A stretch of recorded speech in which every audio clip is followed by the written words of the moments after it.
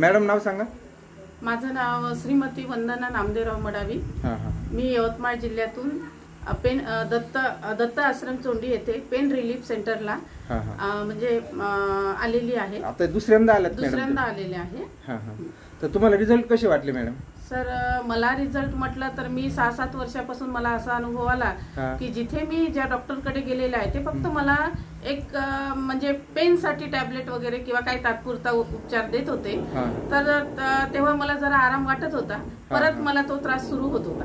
पण जेव्हा मी first time इथं आले आणि तुम्हाला ट्रीटमेंट घेऊन आता किती दिवस झाले? साधारण 1 महिना झाला सर जवळपास. मला 1 महिन्यापासून रिलीफ जशी तसं टिकलेला आहे मॅडम? हो सर, हो सर. अच्छा, तर इतर तुमच्यासारख्या पेशंटला काय संदेश देऊ शकता या सोशल मीडियाच्या माध्यमातून? मी एवढं सांगू इच्छिते की ज्यांना कोणाला संधिवाताचा त्रास असेल, मणक्याचा कोणाला आजार असेल, सायटिका असेल, तर त्यांनी नक्की दत्त आश्रम चोंडी येथे तालुका सिन्नर येथे नक्की एकदा आवश्यक भेट द्यावी असं मला वाटते. अच्छा, ठीक आहे सर. तुम्ही बोला काही.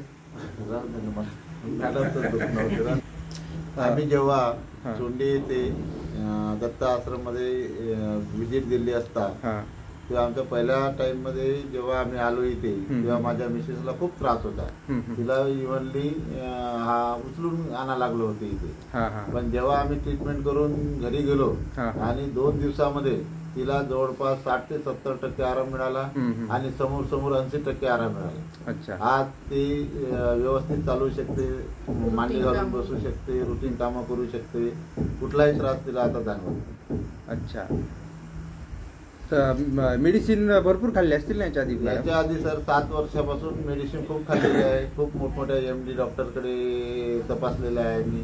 खूप मोठमोठे रिपोर्ट काढले त्यांनी, पण कुठलाही म्हणजे तिला आराम मिळाला नाही अजूनपर्यंत. अच्छा. तात्विक फक्त थोडंसं वाटत होतं पेन किलर खाल्ल्यामुळे? तात्पुरता आराम वाटत होता, नंतर जशी ती परिस्थिती होती. अच्छा, ठीक आहे. थँक्यू. पेन रिलीफ दत्त आश्रम चोंडी. ओके.